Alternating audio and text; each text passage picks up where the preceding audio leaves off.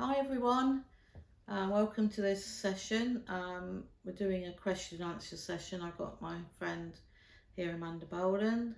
We sometimes work together and do our podcasts, but this is for YouTube. So we're inviting a guide in today, who will be Mary, to answer some questions. What I do as well is that I will put in there when she comes in, so like 3 minutes in on the YouTube bit and the copy, so you don't have to sit and watch my face for 3 minutes. Okay, so if you've watched before, I should just go down into trance and then we'll wait and see what happens. See you in a bit.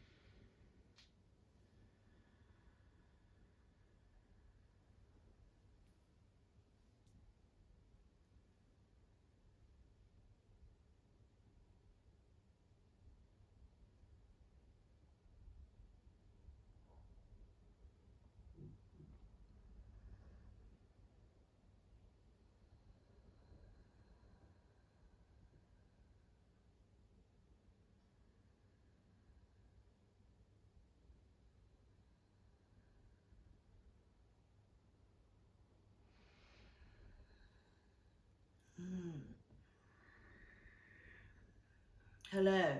Hey, how are you? Well, I got called, didn't I? It was going to be John, but we understand that you requested me, so I dropped what I was doing and popped on down. Cool. Yeah, so I've had some questions pop in. Yeah, so I understand. So you believe that I can answer them for you, so that should be interesting. That's quite exciting. Just Should I just go ahead? I have no idea what's going on, so just what? read them out to me. John was tuned up for this one, but Okay. he's quite happy. He's observing. Cool. So the first one is, so this has come off the back of like reading, I'm not reading, listening to Tessa audiobooks at the minute. Yes, very educational. Yeah.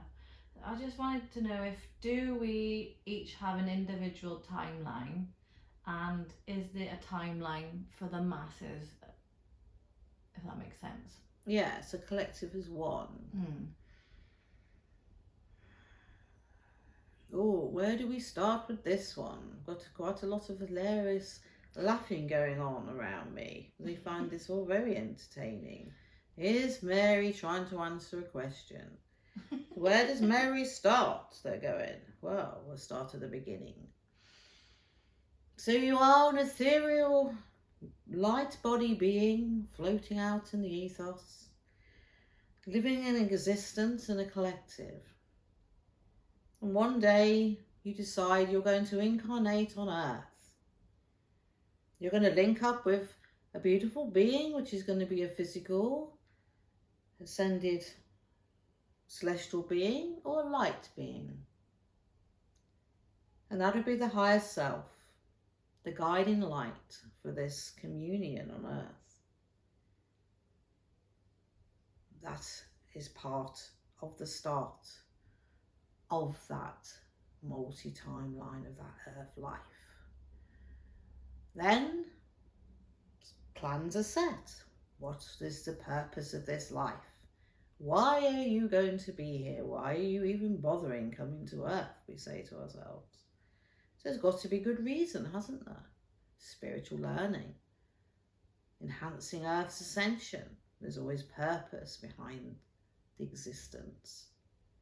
So the ethereal self links with the physical human at conception, because the ethereal light body that has chosen to be with this physical form is connected to the quantum multiverse, the quantum domain, the source of creation. And no physical matter can exist without the ethereal light, the ethereal consciousness. So these are individuals that exist within the universe. They can exist as a whole, they can exist as one. It's almost like they break away. It's interesting, is it not? Mm.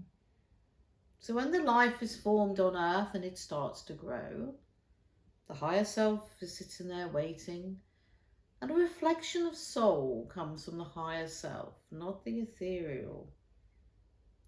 And this energy comes down when the fetus is ready to sustain life. Within the womb, we are saying. So when it is formed, there's a brain, a heart, etc.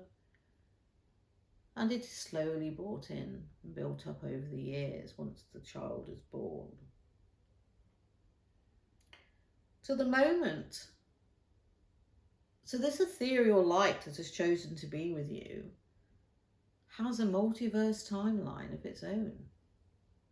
A higher self has a multiverse timeline of its own.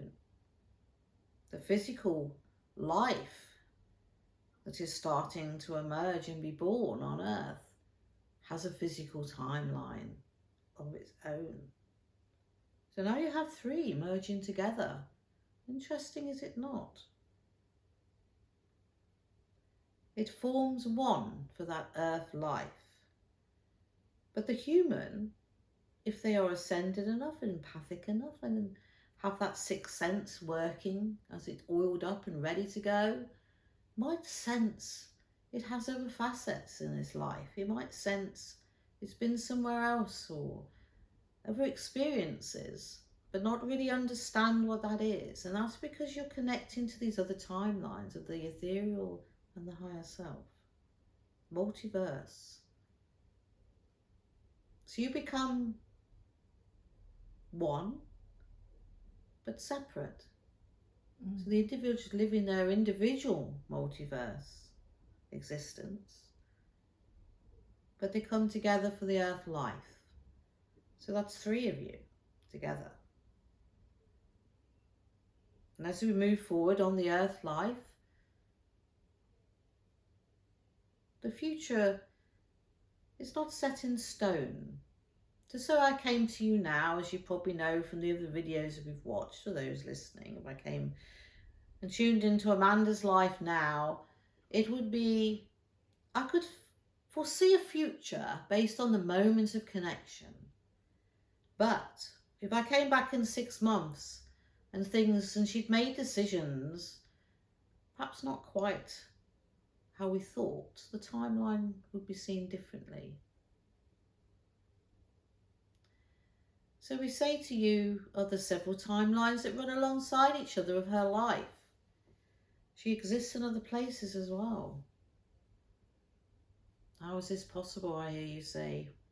It's hard to imagine, is it not, in the human 3D form? But it is possible, because she has left behind a multiverse timeline, and every decision she makes leaves another multiverse timeline because she breaks off into something else. So within your own life, the human life, you can have many multiverse timelines. We take you to Notre Dame. We take you to the seers of the future. In a trance state of being, they linked into, from that moment of intention, into a future timeline and saw things that could happen on Earth. Some came true, some didn't. Now, why would that be, I hear you say?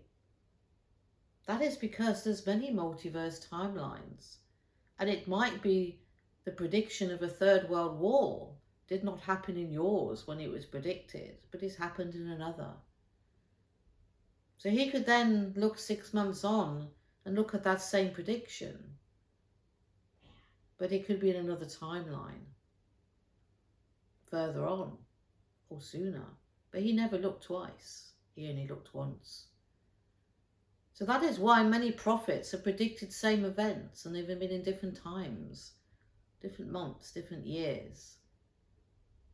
Because there's many multiverse existences layered within the universe. You do not have to worry about this now, my friends. You just have to live the life you're in now. Make the most of that. That is what counts. Interesting. Have you ever had a dream, my dear, where you felt you've lived a life? The dream has been so real, but is not the earth life you live now.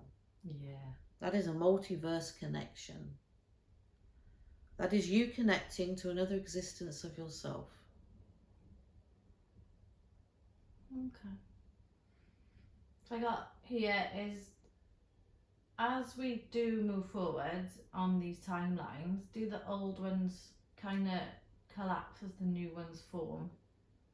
They never collapse. It is held within the quantum field, as we talk about, the energy of creation. All timelines exist.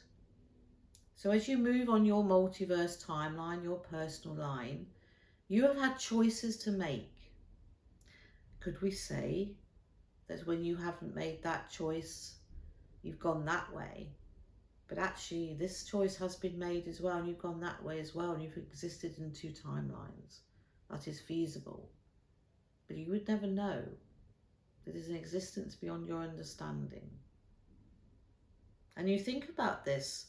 So if this happens, the ethereal body is also transitioning into many timelines. The higher self, does it stay connected just to you? Or is it over many, many lives that you could have possibly have led? Now we want to take you to the loss of life. And when, say, a child is lost through miscarriage, abortion, or premature death, as you might think they're premature death as because they died before what most 3D humans would understand as a full life, it is possible for us to show to mediums and those that are clairvoyant what that child would have grown up as. Because we take that moment of conception, we take the multi-timeline has started, and whatever age that child decided to leave this earth, because it is a decision that is made, is where we can carry that timeline on to show you what they would have been like. So it is a future prediction. That's interesting. Now we have magic powers way beyond your understanding. And it's interesting last night observing a group this one was running, because a very interesting question was asked, and a very intellectual question we felt from this human sitter. And it was about the sitter feeling the soul fragmented, almost like there's several facets of her. And if you remember, I said earlier about the ethereal, the higher self, the physical connection. For those of you who are tuning and ascending, you will start to feel that there's other parts of you and you don't understand what it is. So we gave a very similar answer to that, because it is hard for us to explain this to you into a language you'll understand. And some people might watch this and go, what a load of rubbish. Well, that is their choice. It's their belief. But you have to remember, you're just touching on the cusp of change in the earth at the moment, you're understanding. And what you have to also understand, that this multiverse life you're living is real. It's not going to suddenly ping off and disappear. You will live your life to its full. There will be feelings, emotions, and love, hate perhaps, and trauma, whatever it is you've chosen to experience. But mainly we look for the love. And your existence when you die, you'll go back to your ethereal light. This multiverse timeline will not end as in your understanding. Somebody in the future might connect to your multiverse timeline and be able to see your existence. So we're talking about past lives, are we not? And we can do that within your earth life, which we have done on a video, if you remember. So we can go into past life multiverses. And this is linked with your ethereal existence. Your ethereal existence, if you've had many past lives, holds this information, and they hold it in the quantum field. So when we say universal timelines, universal libraries, universal knowledge, this is what we're talking about. We are talking about multiverse timelines. And the reason they're called multiverse, my dear, is they exist across many dimensional energies. The ethereal light being we're talking about is completely different to the physical higher self, if it is a physical being from a planet that chooses to support this work on this human that's here. So there's many facets to this. It is quite mind-blowing, is it not? Yeah. Good answer. How do you think I feel trying to explain it in your language? I know, but it is not easy. That's why I was not happy. Because I thought John was going to be doing this, and he got it all ready, and he was prepared. And he said, "Come on down, Mary." Actually, Sam come and got me. "Come on down. You're wanted. You're needed." And I'm quite happy to be here. Literally started off with 2 questions last night, and then some came in this morning. And as I was writing them, I realised that they were for you. Well, they like to make the most of it while I'm here, don't you find? You might as well, because I don't know when I'm coming back again. I'm sure it won't be long. I'm only joking. Cool. So, like, my next question is like, this is more geared toward myself and others who are listening.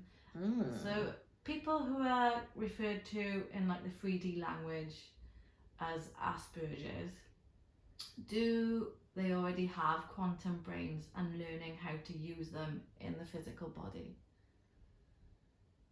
Asperger's, again, is many layers of consciousness within this human form.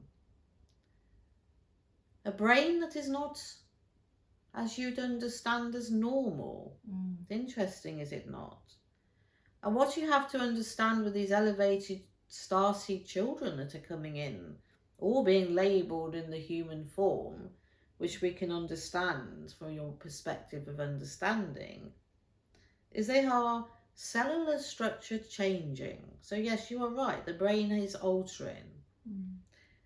Now, can you say the scientists can understand this at the moment? I'd say no. When we say cellular structure changing, we're talking like, let's go to the Lemurians, for instance. They were once a race very similar to you, and they ascended over thousands and thousands and thousands of years. They're an ancient race within the cosmos. And their planet ascended as well, and they're now in the 7th and 8th dimension of understanding. They still have physical form, but their cellular structure's altered. It's almost become more crystalline. So they still have a bone structure, but it's not the density of the Earth bone, because as the planet has risen and the ascension, the energies have risen, and they've learnt to live in unison and care and love and help many other species across the universe. Their cellular structure is altered, including their brains. And they are now highly ascended, and they went through many changes of understanding in the early stages of this. Scientists trying to understand the younglings that were being born different. How do we deal with this? They couldn't at first see why there was different behavioural in coming on, and why these younglings couldn't cope with their world, because that is what happens. And that is sadly why some choose to leave early, because it is too much at the moment for them to cope with. And then sadly the 3D carers of these people and scientists and doctors do not understand the spiritual, celestial side of this. They would laugh at you. Yet only if they'd understand it from the higher perspective, oh, how they could help those children, how they could help those adults.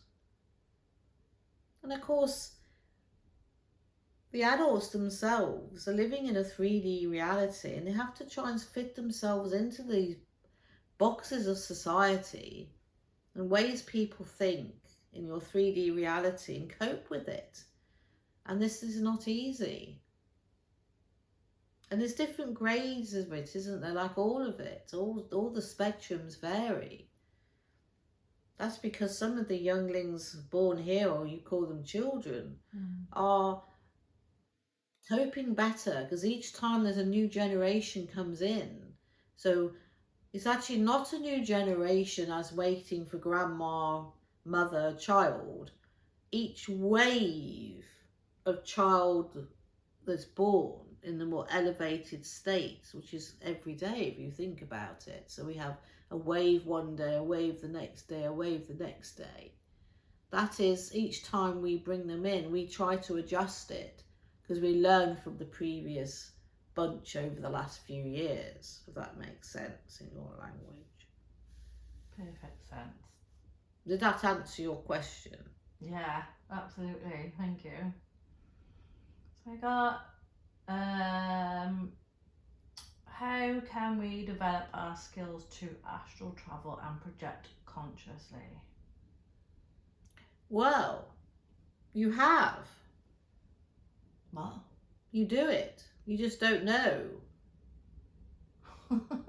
See?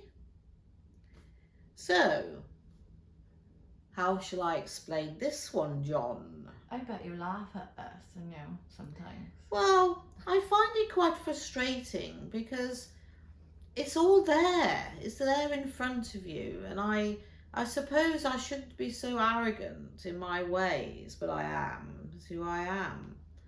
And John's a lot more patient than me. I am from the same race. We're from the same collective. I have to laugh, but it's like your world. We have our personalities. We have our ways. And John's more passive, perhaps is the way to say. And I'm not aggressive. I just sort of think, well, come on. I want to shake humanity, put you all in a bag, shake you up and spit you out and say, right, this is how it is. Wake up, and there you go.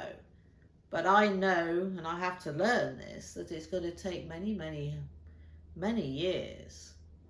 And I think the reason I get a little bit frustrated, Amanda, is because I actually care. I care for humanity.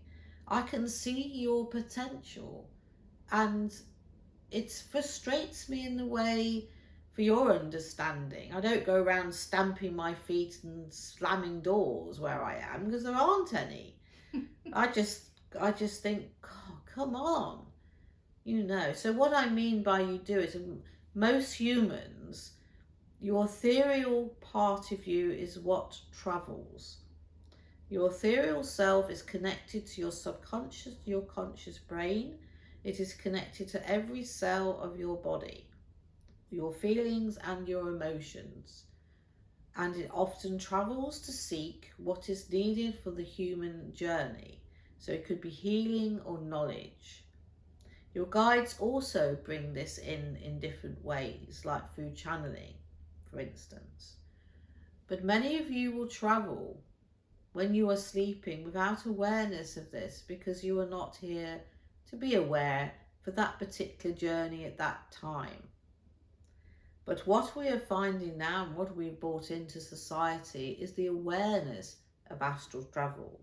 So you will know that from your own observations of your media, your social media, should we say, how things are becoming more to the forefront.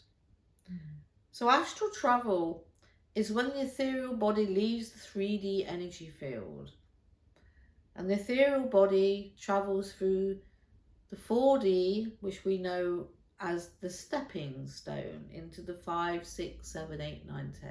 11, 12.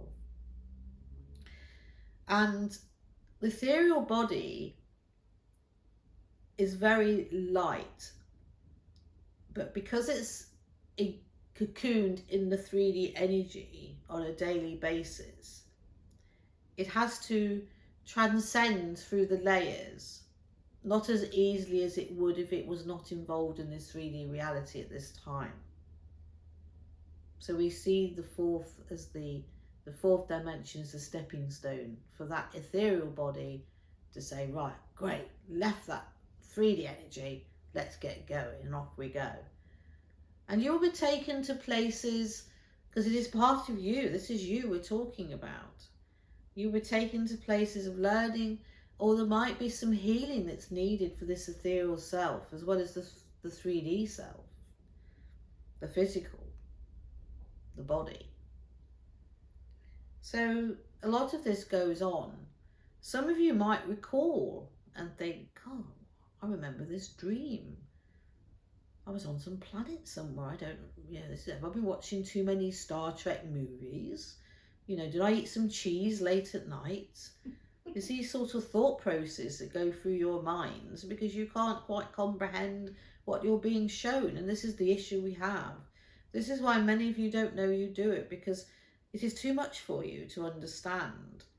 But the channelers amongst you, the ones that astral travel and starting to understand this, and those that teach it and help others do it, will start to understand that you can separate from your body and have these experiences. So you all do it naturally, but what we're bringing into the 3D reality now is those who, it's been for a while, to be honest, over 20 years, those that can bring people into astral travel and remember it. Now that's the difference, isn't it? Mm. So they take you through, some do it through light, sound, and take you on a journey, and you can separate yourself up and you're looking down and you consciously trying to understand, I'm now seeing my body from above. I can now go above the house. I can look down on earth. And you're recalling it all the time. And then you might be taken off somewhere and you come back and you're brought back down safely. It's all done safely. And you remember your experience. And some people learn to do it themselves, like you asked, which is what you would like to do. Mm. But you need some guidance with it, my friend. And there are people out there that help with it. So if it's needed on your path, it will be brought to you. You have a lot on your plate already. I wouldn't try to overextend it. Yeah. Right, I got 2 more questions. When is quick? So it's like... quick for you, but not for me. No? I'm joking. Don't do that, maybe. Okay, what is your role, as in, like, because we've all got purposes here, now we understand that you guys also have purposes. Oh, yes. Yeah, and like, what is your role that you do in your, I can't remember what, are you... The Sanatorians, a collective existence of light with a species within it of consciousness individuals. You want to know what I do there? Yeah. Okay, so I'm a bit like a matriarch, as you've probably realised by now. I'm very elevated in my role, and I help the young, we don't call them younglings really, it's just a phrase I use. Younglings more for the physical form. The young energies amongst us, so we live for many, many millennia, is way beyond your understanding. But believe it or not, we were once a physical form. And we evolved. The overseers of the quantum universe that oversee us all and look after us, let us evolve into these beautiful beings that we are. Some would perhaps understand us as angels. We have hierarchy amongst us. There's some, so using me and John as an example, we're quite elevated. We're masters of what we do, the knowledge, we tap into knowledge. So as I talk to you today, some of the knowledge will be in my consciousness, but I will be tapping into the quantum knowledge to get it for you. and are able to do it in a faster, elevated way than perhaps some of your own personal guides could, because we were more elevated that way telepathically. Does that make sense? Yeah, that's cool. So I am amongst my collective helping the younger energies. So how do we form now, could you say to yourself? We're not born through a woman's womb. We're not made that way anymore. Our energies do eventually fade. But we have a source now. It's almost like a collective light, which we choose when we have time to end in our collective, to go back to this source of light. So it's almost like a womb within our collective. And when the time is right, new energies will be created, fresh energies that will again have consciousness. And we can manifest anything we wish. We can manifest a form that you'd understand. You've seen a drawing of John done. That is him showing himself in the nearest human form he could, but he's not human at all. He just had to show himself in a way that you could understand him. And we can manifest, well, we could say planets. Would you say that was an action of God on Earth? We can create. So when a soul, or not a soul, I would say, for your understanding, but what many would understand as a soul, yes, that is correct in one way. I understand that. Sorry, I'm just talking to somebody. Yes, it's John. Yes, okay, so the collective soul, right. But the ethereal self, so when the consciousness of the body leaves and you go to light, because that's what you become when you die, we can sometimes create an existence of a planet similar to Earth, a house that you've lived in, because sometimes when the ethereal body goes back and the reflection of self goes back to the higher self, there's a process of healing. Did you remember I said earlier about the ethereal body being cocooned in the 3D energy? Sometimes it needs that space slightly beyond the earth, say in the 5th or 6th dimension, just to recuperate and understand what is going on. So we can create this existence. So we could create your house and your back garden. And then when it's adjusted and the healing's been done and everything's been sorted, it will go to its source of creation. And now I know that sounds a bit strange. So when those who have died come back and say, I was in this beautiful garden. I was on earth, but yet it was purer, brighter. I saw my grandma. I was in my grandma's house. It's because they've been taken to a space of unison we've created. For them to understand they have left Earth, but they still have this Earth connection. And it's not always severed, it's held in the multiverse timeline. But the ethereal self, the consciousness, has all those emotions and feelings and still some heavy 3D energy from the earth plane within its energy. And that is then cleansed in that period of time, and then they move on. So that is interesting, is it not? Very. I've got one last thing. Yes, we are getting tired. Well, Yeah. actually, I'm not getting tired, No, but this I don't one know is, yes. This is... She's been working hard for 2 days in the trance energy teaching. And it is strange, well, it's not strange. It's strange to her because it actually, even though she's not sat in trance, it does actually affect her because she's got us channeling continuously during the session. The only question is, like, can we connect with Nikola Tesla? So maybe this is another video, because I know this takes quite some time to do, doesn't it? From the past, and what message would he give us in the here and now?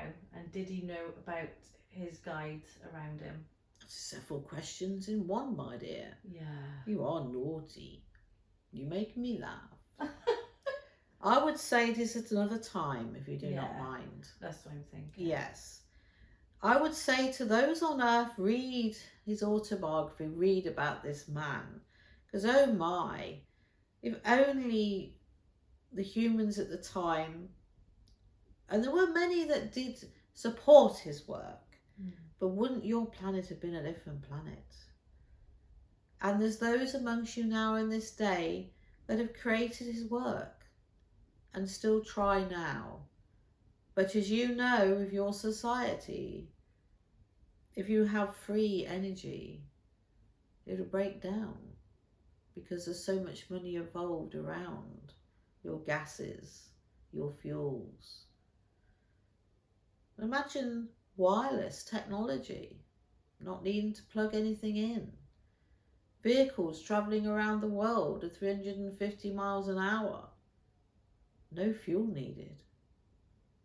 Way beyond your comprehension, really, in what you're understanding. But this was invented over 100 years ago. It is there, ready, and the governments of your time have utilised it. That is all I have to say on the subject. Cool.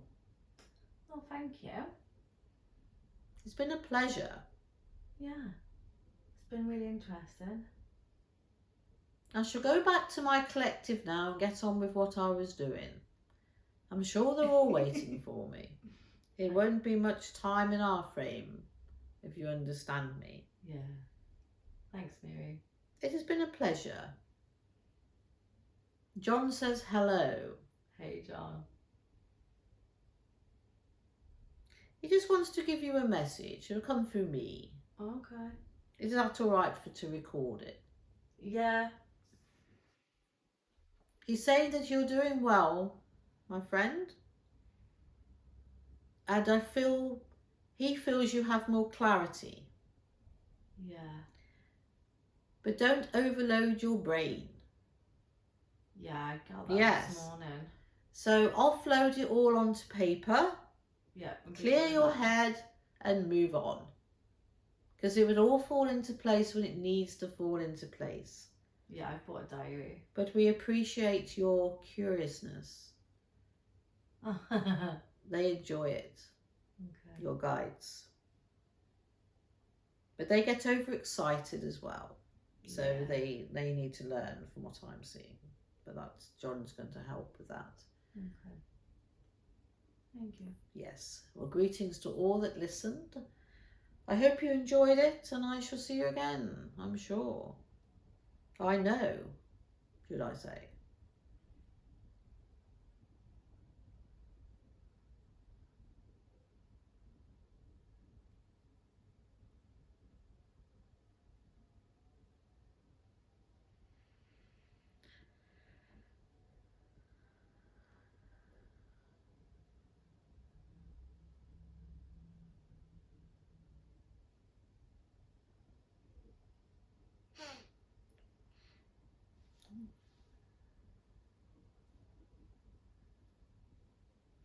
Well, that's strange. My nose is completely blocked up. Like I can't breathe. That's weird, isn't it? Hello, everyone. Well, oh yeah, I'm completely blocked up. Okay, I haven't had that before. Right, just have a drink of water. Okay, so thanks, Amanda. That's all right. We'll listen back to that one. And I usually vet Mary, but I presume as Amanda here, it was fine. I did put 30 minutes on my watch. I forgot, and then I realised. That's okay. So we'll see you all again soon. Yeah, watch out for more YouTube and podcasts.